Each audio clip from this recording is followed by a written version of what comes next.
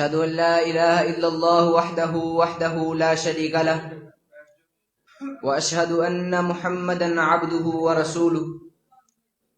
اللهم صل على محمد وعلى آل محمد كما صليت على إبراهيم وعلى آل إبراهيم إنك حميد مجيد.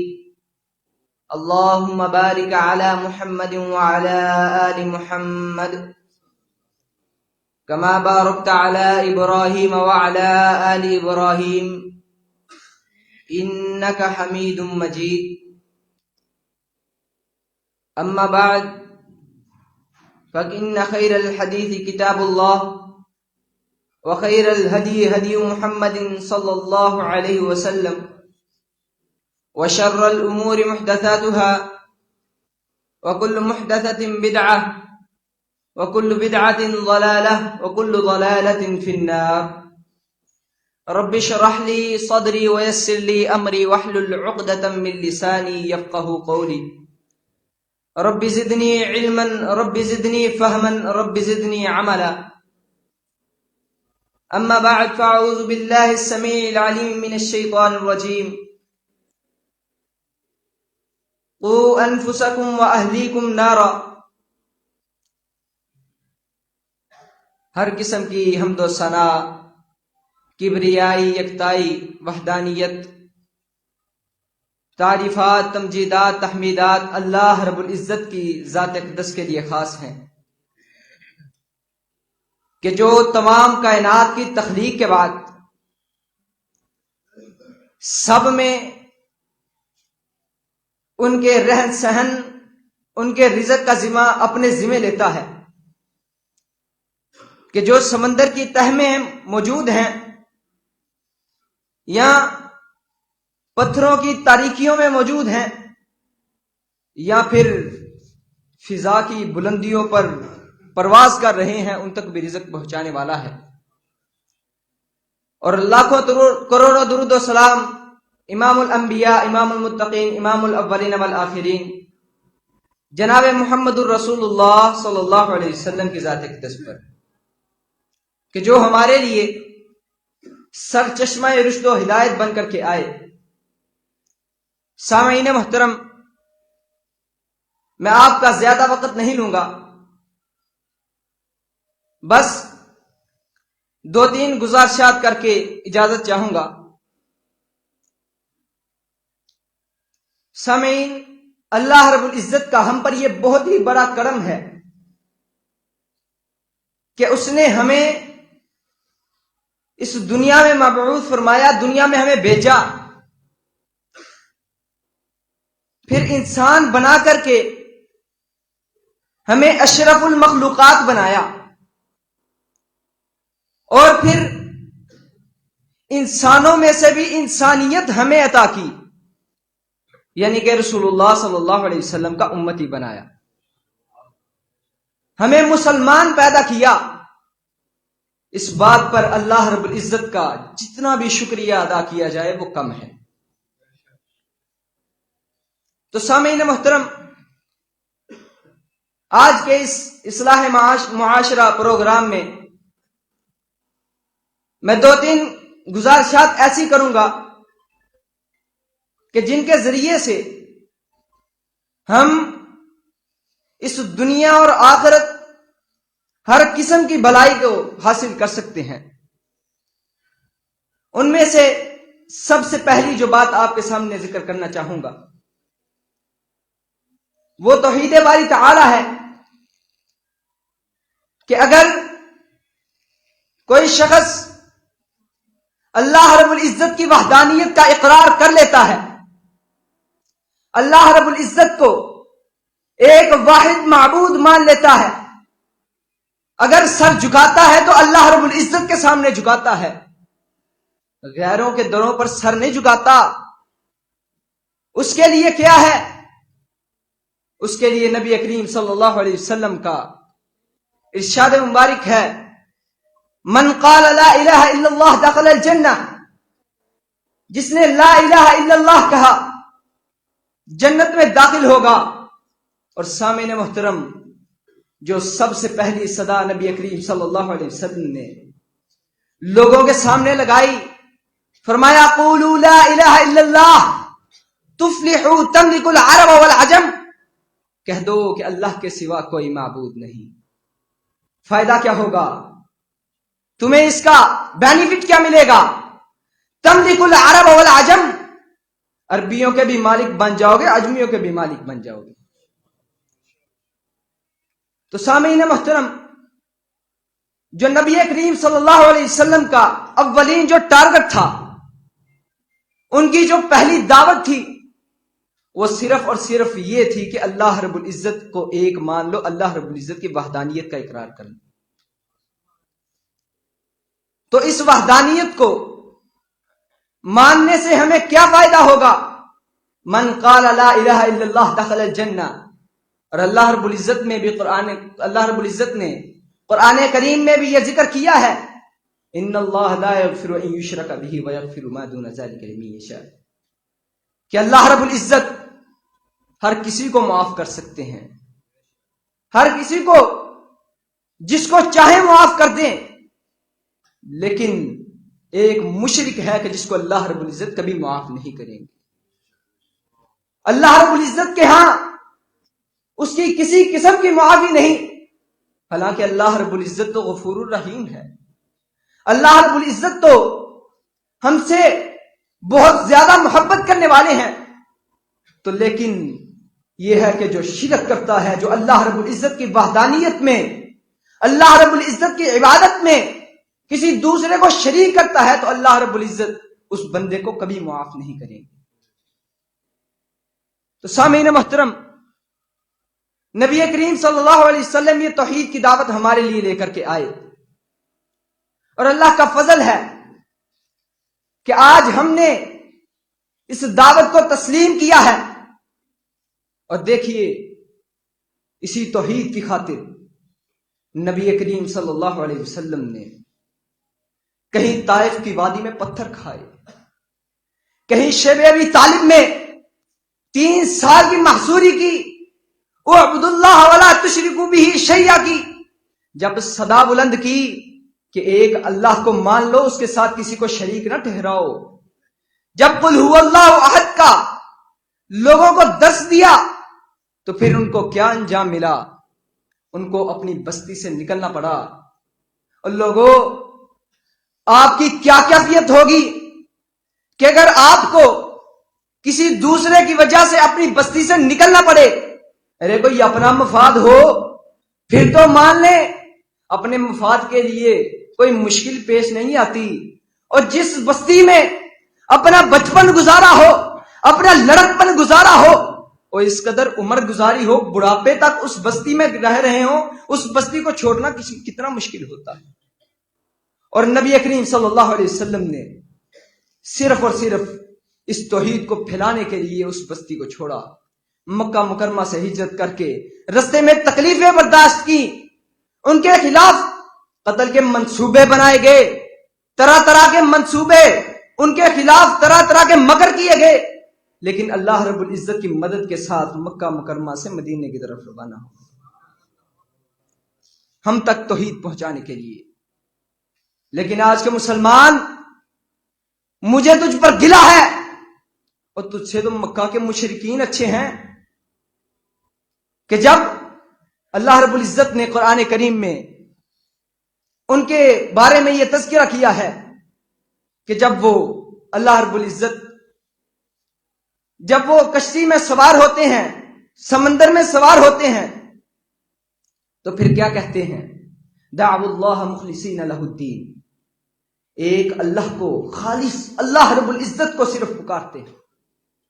فلما نجاہم الی البر، جب ہم ان کو خشکی کی طرف نجات دے دیتے ہیں، تو پھر کیا کرتے ہیں؟ واپس شرک کی طرف لوٹ آتے ہیں۔ وہ کیا کرتے ہیں؟ جب وہ تری میں ہوتے ہیں، پانی میں ہوتے ہیں، سمندر میں، کشتی میں بیٹھے ہوتے ہیں، تو پھر خالص اللہ رب العزت کو پکارتے ہیں۔ آج کیا ہوتا ہے؟ کشتی میں بیٹھ کر بھی اللہ رب العزت کے علاوہ کو پکارا جاتا ہے۔ اللہ رب العزت کے غیر کی مدد مانگی جاتی ہے، کہتے ہیں کہ ہمارا بیڑا فلاں پار کرے گا، اور اللہ رب العزت کی وحدانیت کو پکارو۔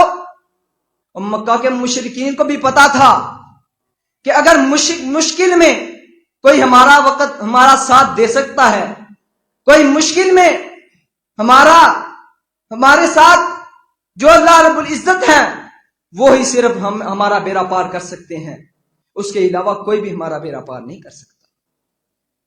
تو سب سے پہلی میری بات یہ کہ توحید کا اقرار کر لیں۔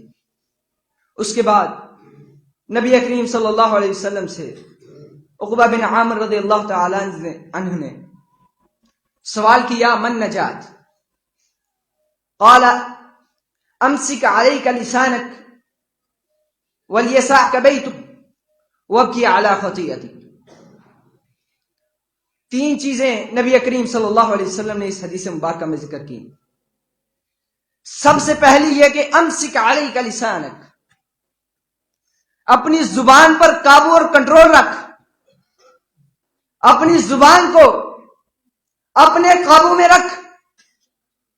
اور یہ زبان وہ چیز ہے کہ جس کے سامنے صبح اٹھ کر کے جسم کے سارے اعضاء ترلا کرتے ہیں، جسم کے سارے اعضاء زبان کے آگے یہ منت کرتے ہیں، اگر تو سیدھی رہی تو ہم بھی سیدھے رہیں گے، اگر تو خراب ہو گئی تو ہم بھی خراب ہو جائیں گے۔ اور آج دیکھ لیں معاشرے میں جو جھگڑا فساد کا سبب بنتا ہے وہ یہ زبان بنتی ہے۔ بندے کو پتہ نہیں چلتا، اپنی زبان سے کوئی غلط الفاظ بول دیتا ہے۔ نبی کریم صلی اللہ علیہ وسلم نے فرمایا کہ انسان اپنی زبان سے کچھ کلمات ادا کرتا ہے، وہ اس قدر برے کلمات ادا کر دیتا ہے کہ اللہ رب العزت اس سے ناراض ہو جاتے ہیں۔ اور کبھی کبھی ایسا ہوتا ہے کہ انسان اپنی اس زبان سے کوئی اچھے کلمات ادا کرتا ہے، وہ اس قدر اچھے کلمات ادا کرتا ہے کہ اللہ رب العزت اس پر راضی ہو جاتے ہیں۔ تو ہمیں اس بات پر غور کرنا چاہیے کہ ہمیں اللہ رب العزت کی رضامندگی چاہیے یا پھر اللہ رب العزت کا غصہ، اللہ رب العزت کا غضب ہم پر ٹوٹ پڑے۔ ہمیں اس بات پر غور و فکر کرنا چاہیے، جب ہم کسی سے کلام کریں تو پھر اچھا کلام کریں یا پھر خاموش رہیں۔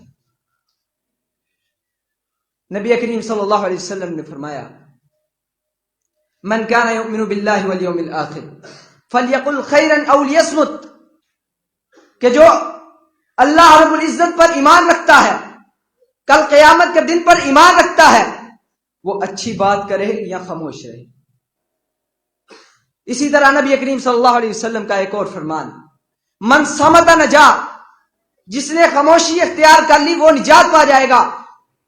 کیا مطلب ہے؟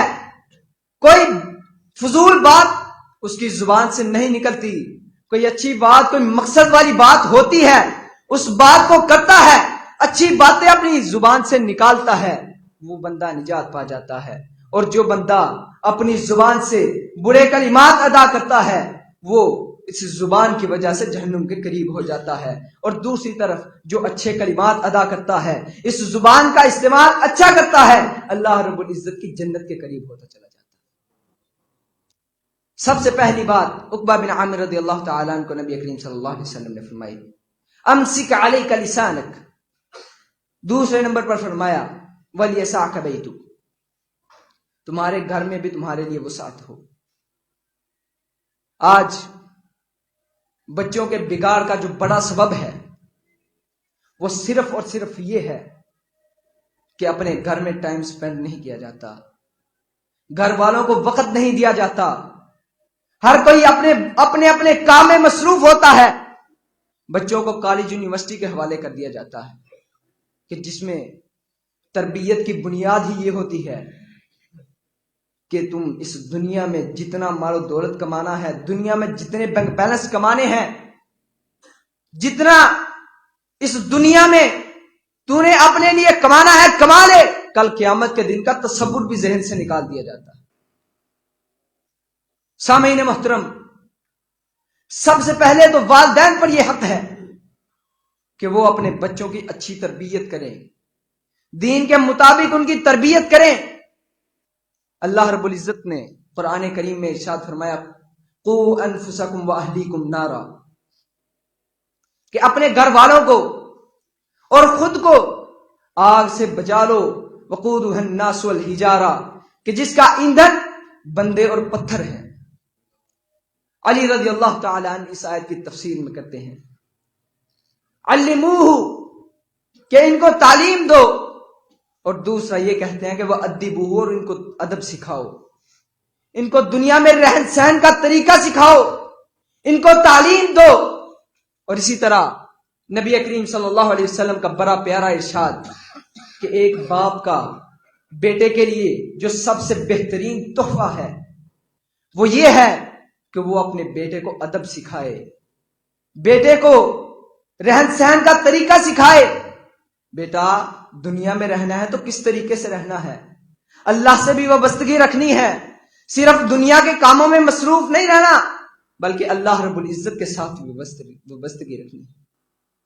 اور دوسرا بچوں کے لیے ہے، آج کے جوانوں کے لیے ہے کہ جو اپنے والدین کی فرما برداری نہیں کرتے، جو اپنے والدین کی بات بات پر نافرمانی کرتے ہیں، اللہ رب العزت نے قرآن کریم میں ارشاد فرمایا وَاخْفِضْ لَهُمَا جَنَاحَ الذُّلِّ مِنَ الرَّحْمَةِ وَقُلْ رَبِّ ارْحَمْهُمَا كَمَا رَبَّيَانِي صَغِيرًا۔ آپ اپنے والدین کے لیے نرمی کے ہاتھ پھیلا دیجئے، اور اگر تمہارے دل کو کوئی بات بری لگتی ہے اپنے بارے میں نہیں سوچنا بلکہ کیا ہے فَلَا تَقُلْ لَهُمَا أُفٍّ وَلَا تَنْهَرْهُمَا وَقُلْ لَهُمَا قَوْلًا كَرِيمًا۔ اپنے والدین کو اف تک نہیں کہنا۔ اف کیا چیز ہے؟ آج ہم اس اف کو نہیں پہچانتے کہ والدین ایک مرتبہ بچے کو کہتے ہیں کہ بیٹا فلاں چیز لے آؤ، بچہ جاتا ہے اس چیز کو لے کر کے آتا ہے، پھر گھر آتا ہے بیٹا یاد آیا یہ فلاں چیز رہ گئی، اس کو بھی لے آؤ، پھر جاتا ہے تیسری مرتبہ پھر یاد آتا ہے کہ فلاں چیز رہ گئی فلاں لے آؤ، پھر بچہ اپنی زبان سے یہ کلمات نکال دیتا ہے کہ یہ کیا سر مصیبت ہی پڑ گئی کہ میں ہی آپ کو ملاؤں، باقی بھائی نہیں ہے، باقی کسی کو نہیں آپ کہہ سکتے، یا پھر آپ ایک مرتبہ مجھے کہہ دیتے۔ یہ اف ہے کہ والدین کو یہ بھی نہیں کہنا، اگرچہ وہ بعد میں بات مان لے اس پر عمل کرے، والدین کو یہ اف تک نہیں کہنا، ولا تنہرہما، اور ان کو گالی گلوچ نہیں کرنی، وقل لہما قولا کریما، کیا کرنا ہے اچھے طریقے سے ان کے ساتھ بات کرنی، ان کی اطاعت اور فرما برداری کرنی ہے۔ اللہ رب العزت نے فرمایا اور کہو رب ارحمہما کما ربیانی صغیرا، کہ اللہ میرے والدین پر اس طرح رحم فرما کہ جس طرح انہوں نے میرے بچپن کے وقت میرے سر پر دست شفقت رکھا تھا۔ اپنے بچپن کی طرف ذرا لوٹیے۔ ہمارے والدین، ہمیں ماں نے 9 مہینے پیٹ میں رکھا، پھر جب باہر آئے دنیا کی کسی بات کا معلوم نہیں، ہمیں دنیا کی کوئی چیز بھی پتہ نہیں ہے، صرف اتنا پتہ ہے کہ رونا ہے، ماں دودھ پلاتی ہے، دنیا میں رہن سہن کا طریقہ والدین سکھاتے ہیں۔ سب سے پہلے جو بچے کے لیے آئیڈیل اور نمونہ ہوتے ہیں وہ والدین ہوتے ہیں، وہ والدین کو دیکھتا ہے، ان سے دنیا میں رہن سہن کے طریقے سیکھتا ہے۔ ارے یہ والدین ہیں۔ میں آپ کو ایک بات بتاتا چلوں، یہ والدین، میرے والد محترم بیٹھے ہوئے ہیں، جب ہم بچپن میں تھے صبح فجر کے لیے اٹھانا، مسجد میں لے کر کے جانا، سردی لگ رہی ہوتی تھی، ایک چادر میں والد محترم نے بکل ماری ہوتی تھی، چادر اوڑی ہوتی تھی، اور جب دیکھنا کہ میرے بیٹے کو سردی لگ رہی ہے تو پھر ہمیں بلا لیا کرتے تھے اور اپنی چادر میں یوں لپیٹ لیا کرتے تھے کہ میرے بیٹے کو سردی لگ رہی. ارے یہ ہے والدین کی دولت. ہمارے قاری صاحب ہوا کرتے تھے، وہ ہمیں بتاتے ہیں کہ جب میں تمہیں بچپن میں دیکھا کرتا تھا نا کہ تمہارے والد محترم تمہیں سردی لگنے پر لپیٹ لیتے ہیں، تو مجھے اپنے والد محترم کی یاد آ جایا کرتی تھی کہ میں چھوٹا سا تھا، مجھے پتا بھی نہیں تھا کہ والد محترم کتنی عظیم نعمت ہے. میں چھوٹا سا تھا، میرے والد محترم اپنے مال کے حقیقی سے جا ملے. کہتے ہیں کہ جب میں تمہاری طرف دیکھتا ہوں میرے والد محترم کی یاد آ جاتی ہے کہ کاش میرے بھی بابا ہوتے، وہ بھی ہمیں اس دنیا کی تکلیفوں اور مشکلوں سے بچاتے، وہ بھی اس دنیا کی کرب سے ہمارا دفاع کرتے. کاش کہ میرے والدین ہوتے. ارے اس کا تو ان سے پوچھو جن کے والدین اس دنیا میں موجود نہیں. ان کا تو اس سے پوچھو جن کے والدین اپنے مال کے حقیقی سے جا ملے ہیں. ارے تمہارے والدین موجود ہیں تو ان کی عزت کر لو، ان کے لیے اللہ رب العزت سے دعا کیا کرو، ان کا ادب اور احترام کیا کرو. یا اللہ ہمیں اپنے والدین کا فرمانبردار بنا دے. یا اللہ والدین کی ہر بات ماننے کی توفیق عطا فرما. یا اللہ والدین کی نافرمانی سے بچا. سامعین محترم، دوسری بات جو نبی کریم صلی اللہ علیہ وسلم نے عقبہ بن عامر رضی اللہ تعالی عنہ کو فرمائی، وَلْيَسَعْكَ بَيْتُكَ، کہ اپنے گھر میں بھی تمہارے لیے وسعت ہو. تیسرے نمبر پر نبی کریم صلی اللہ علیہ وسلم نے فرمایا وَابْكِ عَلَى خَطِيئَتِكَ، کہ اپنے گناہوں پر رویا کرو. جب گناہ زرزد ہو جائے تو اللہ رب العزت کی طرف رجوع کیا کرو. جب کوئی گناہ سرزد کر بیٹھو تو اللہ رب العزت کو یاد کیا کرو، نفل ادا کر کے اللہ رب العزت کے سامنے رویا کرو، گر گرایا کرو. اور نبی کریم صلی اللہ علیہ وسلم نے ایک حدیث مبارکہ میں، ٹائم ہوئے چلا جاتا ہے، وقت کی گھڑیاں مزید اجازت نہیں دیتی، بس 1-2 منٹ میں آپ کے سامنے اپنے کلام کا اختتام کرتا ہوں. نبی کریم صلی اللہ علیہ وسلم نے فرمایا سبعۃ یظلھم اللہ فی ظلہ یوم لا ظل الا ظلہ، کہ 7 قسم کے لوگ ایسے ہوں گے کہ جن کو اللہ رب العزت کل قیامت کے دن اپنے عرش کا سایہ اپنا سایہ نصیب فرمائے گے. یوم لا ظل الا ظلہ، کہ جس دن سوائے اس کے سائے کے کوئی اور سایہ موجود نہیں ہوگا.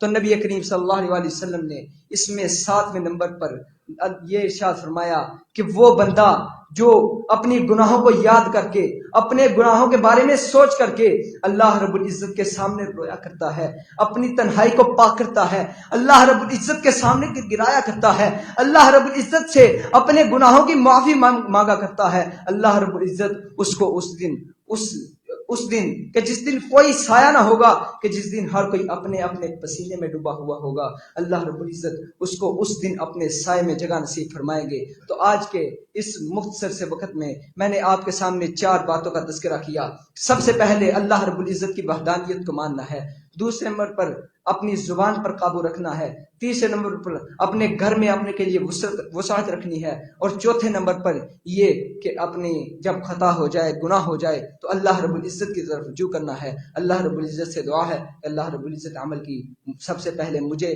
پھر آپ سب کو توفیق عطا فرمائے. وما علی الا البلاغ.